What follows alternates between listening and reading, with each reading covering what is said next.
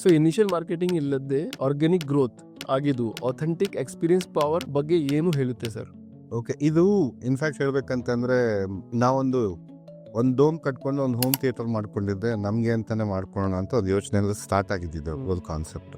ಮತ್ತೆ ನಮ್ದು ಫಾರ್ಮ್ನಲ್ಲಿ ಮನೆ ಬೇಕಲ್ವಾ, ಫಾರ್ಮ್ ಮನೆ ಬೇಕು ಅಂತ ಮಾಡ್ಕೊಂಡಿದ್ದು. ಬಟ್ ಯಾವಾಗ ಇದು ಪ್ರೂಫ್ ಆಫ್ ಕಾನ್ಸೆಪ್ಟ್ ಮಾಡಿದ್ವಿ, ನಮ್ಮ ಫ್ರೆಂಡ್ಸ್ ಎಲ್ಲ ಅದನ್ನ ನೋಡ್ಬಿಟ್ಟಿದ್ದೆ ಸ್ಟೇ ಆಗ್ಬೇಕು ಅದ್ರೊಳಗಡೆ ಅಂತ ಕುತೂಹಲಕ್ಕೆ. ಸೊ ಅವ್ರು ನಮ್ಮನ್ನು ಪುಷ್ ಮಾಡ್ತಾ ಇದ್ರು. ಓಕೆ, ಇದ್ದಂಥ ಕಂಡೀಷನಲ್ಲಿ ಒಂದು ಕಾಟು ಬೆಡ್ಡು ಬೇಕಾಗಿದ್ದು ಮಿನಿಮಮ್ ಥಿಂಗ್ಸ್ನ ಹಾಕ್ಬಿಟ್ಟಿದ್ದೆ.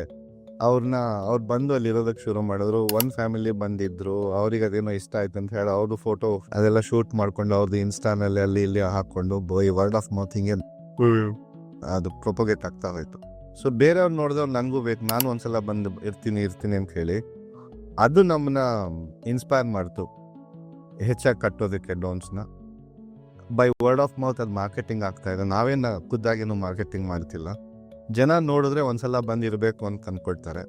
ಆ್ಯಂಡ್ ನಾವು ಪ್ರೆಸೆನ್ಸ್ ಇದೆ ನಮ್ಮದು ಈ ಇನ್ಸ್ಟಾನಲ್ಲಿ ಮತ್ತು ಕೆಲವು ಬೇರೆ ಕಡೆ ಸೋಷಿಯಲ್ ಮೀಡಿಯಾನಲ್ಲಿ ನಮ್ಮ ಪ್ರೆಸೆನ್ಸ್ನ ನಾವು ಮೇಂಟೈನ್ ಮಾಡ್ತಿದ್ದೀವಿ.